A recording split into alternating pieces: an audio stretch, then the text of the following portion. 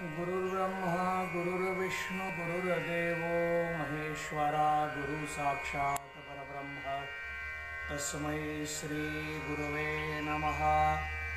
श्री संत मुक्ताईच्या समाधी सोहळ्यानिमित्त आपण ताटे उघडा ज्ञानेश्वरा या प्रकरणाचं चिंतन पाहतोय। संत मुक्ताईने ज्ञानोबारायांना उपदेश केलेला हा उपदेश तुम्हा आम्हासाठी आहे हे चिंतन पाहत असताना ज्ञानोबारायांचा अधिकारही त्या ठिकाणी प्रगट केलेला। ज्ञानोबारायांना मुक्ताई बोलायला लागलेले आहेत की तुमची अवस्था काय, तुम्ही कुठं वास्तव्याला आहात, तुमचा अधिकार काय आहे हे सांगत असताना मुक्ताई ज्ञानोबारायांना म्हणताय, सुख सागरी वास झाला, उच्च नीच काय त्याला। तुमचं वास्तव्य, तुमची वृत्ती कुठे तर ती सुख सागराच्या ठिकाणी। सुख सागर कशाला म्हणावं याचं चिंतन आपण पाहत होतो। सागर म्हणजे को ज्याच्यामुळे इतर आहेत आणि ज्याच्यात सगळे समाविष्ट होतात त्याला सागर असं म्हटलं जातं। या सागरामुळेच नदी आहे, सागरामुळेच ओढे नाले वगैरे आहेत आणि अशा या सागरामध्येच हे सगळे सामावले जातात, म्हणून याला सागर म्हटलं जातं। हा जो सागर आहे याच्यामध्ये काहीही आपल्याला पाहायला मिळेल। बघा समुद्राच्या पोटात काय काय दडलेलं आहे, याच्यावर विज्ञान असेल, शास्त्रज्ञ असतील, अभ्यास करतायत, संशोधन करतायत। समुद्राच्या पोटामध्ये सगळे जलचर प्राणी राहतात, पण तरी एकमेकाचं प्रत्येकाचं जीवन स्वतंत्र आहे। प्रत्येकाला हा सागर सामावून घेतोय। नवे नवे या जगातल्या प्रत्येकाची टाकलेली घाण पर्यायानं समुद्राच्या ठिकाणी जाते। आपण जे जे काही समुद्राकडे टाकतो ते सगळंच समुद्राच्या ठिकाणी स्वीकारलं जातं आणि समुद्रामध्ये ते मिळून जातं। समुद्र हा अथांग असतो, व्यापक असतो आणि तो सगळ्याला आपल्यात सामावून घेतो। हीच वृत्ती संतांची असते। संत महात्मे समाजाला आपल्या अंतःकरणामध्ये, पोटामध्ये सामावून घेतात। नवे नवे भक्त लक्षणा मांडत असताना महाराजांनी सांगितलेले, मधुरा वाणी ओटी तुका म्हणे वाव पोटी। भगवत भक्ताचं पोट, भगवत भक्ताचं उदर कसे तर ते व्यापक आहे, ते मोठं आहे आणि त्या भूमिकेतून जर विचार केला तर त्यांच्या पोटामध्ये सगळे सामावले जातात आणि हे सामावले जात असतानाचं चिंतन आपण पाहतो। ज्ञानोबाराय 12व्या अध्यायामध्ये हा विचार सांगतात, हे विश्वची माझे घर, ऐशी मती जयाची स्थिर, किम बहुना चराचर आपण झाला। हे विश्वच माझं घर आहे, एवढी व्यापकता सागराच्या ठिकाणी आणि म्हणूनच तुमचं वास्तव्य कुठे, सुख सागरी। आपण एक शंका केली होती की आनंद सागर असं न म्हणता सुख सागर असं का म्हटलं। निरुपाधिक अवस्थेमध्ये आनंद सागर असं स्वीकारलं जातं, पण उपाधीत आल्यानंतर उपाधीच्या अनुषंगाने तुम्ही जे जे स्वीकारता त्या वृत्तीमध्ये अनुकूल प्रतिकूलता तुम्हाला स्वीकारावी लागते आणि अनुकूलतेमधून दुःख, अनुकूलतेमधून सुख आणि प्रतिकूलतेमधून दुःख हा स्वीकार करावा लागतो।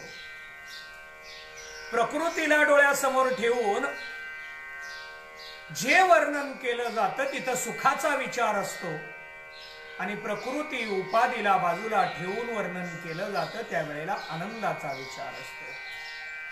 परंतु संतांची भूमिका घेतली तर ते उपाधी असतानाही आनंदात असतात आणि उपाधी नसतानाही आनंदातच असतात।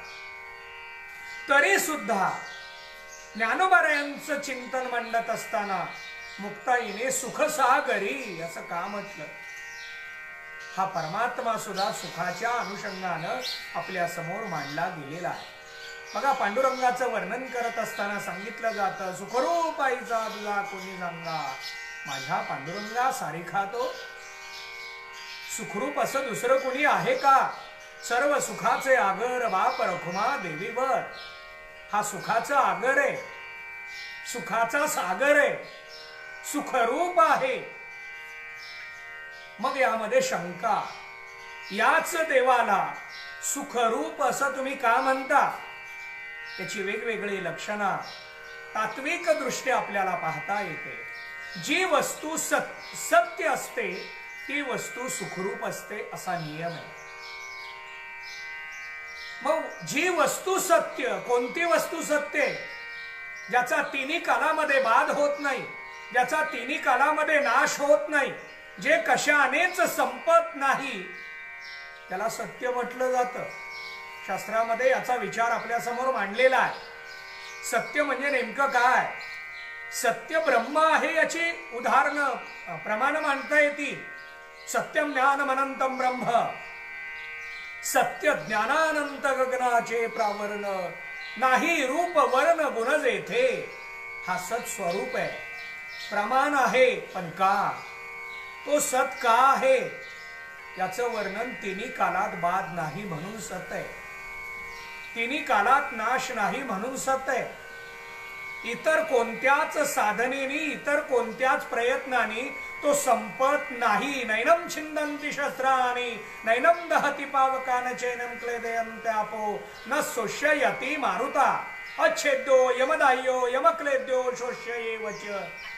आपण पाहतो की तो कशाने संपत नाही म्हणून त्याला सत म्हटलं.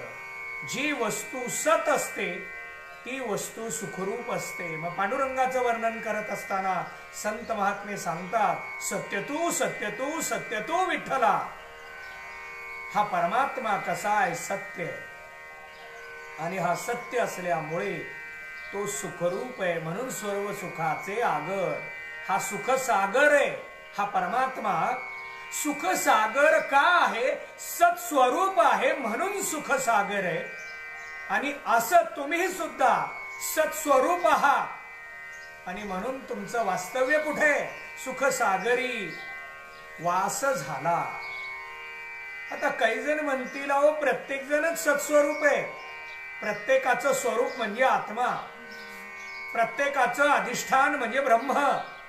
हे वर्णन करत असताना आत्मा असेल, ब्रह्म असेल, तो सत्स्वरूप आहे, सच्चिदानंद रूप आहे असं वर्णन केलं जातं. प्रत्येक जण सुखसागरावर आहेच ना. पुन्हा ज्ञानोबारायांना का सांगा? अहो ज्ञानोबारायांचा अधिकार हाय, तुम्हा आम्हाला सुखसागरावर घेऊन जाण्याचं सामर्थ्य त्यांच्याकडे. करील ते काय नो हे महाराज, असं वर्णन आपल्या समोर मांडलं गेलेलं आहे. तुकोबाराय ज्ञानोबारायांचं वर्णन करत असताना सांगतात, काय करू शकत नाही? अशक्य ते शक्य करण्याचं सामर्थ्य या संतांमध्ये आहे, ज्ञानोबारायांमध्ये आहे. आणि त्यामुळे जीवाची जीवदशा नष्ट करणं, याला आनंद सागरात, सुख सागरात त्या आकाराचं बनवणं, तदरूप करणं, समरस करणं, हा अधिकार ज्ञानोबारायांच्याकडे. मग तो अधिकार जीवाला द्यायचा आहे. आणि म्हणून तुम्ही आत्ता वास्तव्याला तिथं आला. मग आतापर्यंत कुठं होता?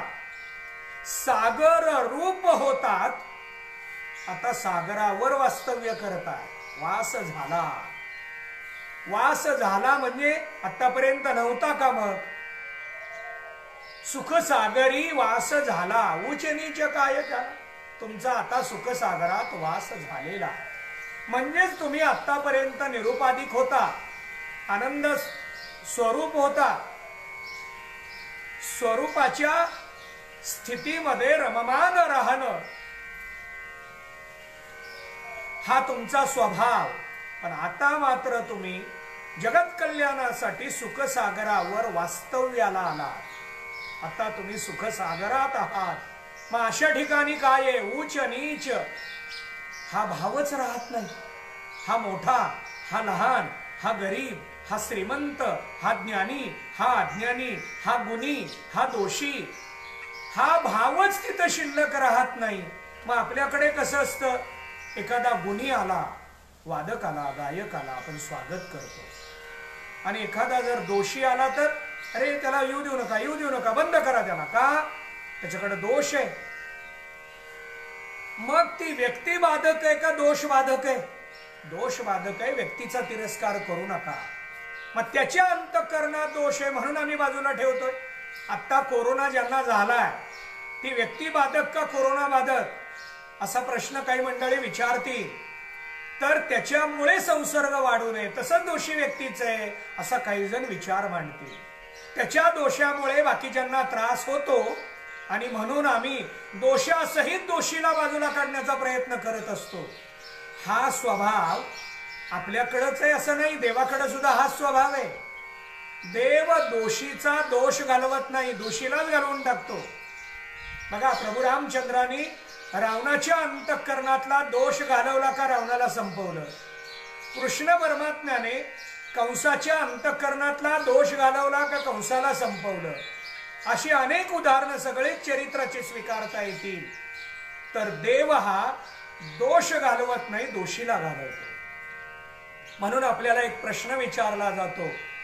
वाल्या कोळ्यांना नारद महर्षी भेटले, त्याच्याऐवजी जर देव भेटले असते तर वाल्याचे वाल्मिकी झाले नसते, वाल्याची पुण्यतिथी करावी लागली असती, तिथंच तो संपला असता असं आपण ऐकतो. म्हणजेच देव सुद्धा दोषीला घालवतो, आम्ही सुद्धा दोषीला घालवतात. पण वारकरी स्वभाव, भक्त स्वभाव, संत स्वभाव जर विचारात घेतला तर हा स्वभाव असा आहे, दोषीला घालवू नका, चुका करणाऱ्याला घालवू नका. त्याची चूक दुरुस्त करण्यासाठी तुम्ही सुद्धा प्रयत्न करा. त्याला दोष घालवायला सांगा. अहो, चुकणारे माणूस आहे, चुकतोच. मग चुकला म्हणून आपण त्याला बाजूला काढायचं नसतं. आता सोशल मीडियावर मी परवाच विषय सांगितला की सोशल मीडियावर एखादा चुकला, डिलीट, बस त्याला आपण अनलॉक करून टाकतो. त्यानं आपल्याला संपर्क करू नये. म्हणजेच आपण आणखी सामान्यच आहोत. आम्ही संप्रदायात किती मोठ्या प्रतिष्ठेत आहोत, समाज आम्हाला काय मानतो हा मुद्दाच नाही, समाजानं आम्हाला काय स्वीकारलं हा विचार बाजूला ठेवावा लागतो. दोषीला घालवावं का दोषाला घालवावं? ज्ञानोबरायांनी पसायदानामध्ये हा विचार आपल्या समोर मांडलेला. जे खळांची व्यंकटी सांडो, खळाला घालवायचं नाही तर त्याच्या व्यंकटीला घालवायचंय, वाकडेपणाला घालवायचंय, दोषाला घालवायचंय, विकाराला घालवायचंय, अज्ञानाला घालवायचंय. नवे नवे हीच आपली परंपरा आहे. आणि मुक्ताईने तेच केलेलं आहे. अहो, मुक्ताईने सामान्यातल्या सामान्याचा तर दोष घालवलेलाच आहे, पण अधिकाऱ्यांचाही दोष घालवण्याचा प्रयत्न मुक्ताई करताय. आणि म्हणूनच ज्ञानोबरायांना सांगायला लागले की जो सुख सागरावर वास्तव्याला आलेला आहे त्याला उच्च नीच, लहान मोठा, स्त्री पुरुष, ज्ञानी अज्ञानी हा भाव त्याच्याकडे शिल्लक राहत नाही.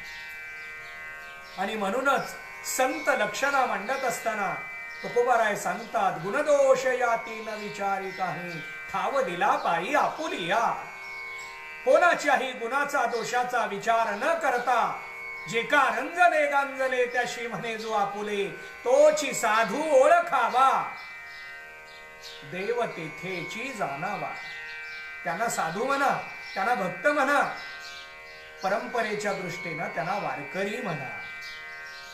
का तर हा सर्वांना जवळ करतो. बघा, वारकरी संप्रदायामध्ये जात पात धर्म पंथ पाहिला जात नाही, सर्वांना सामावून घेतलं जातं.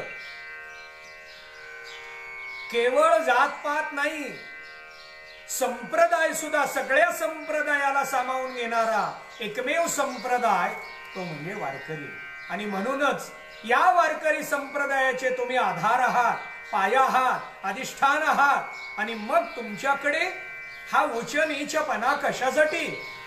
उच्च नीचपणा असू नये.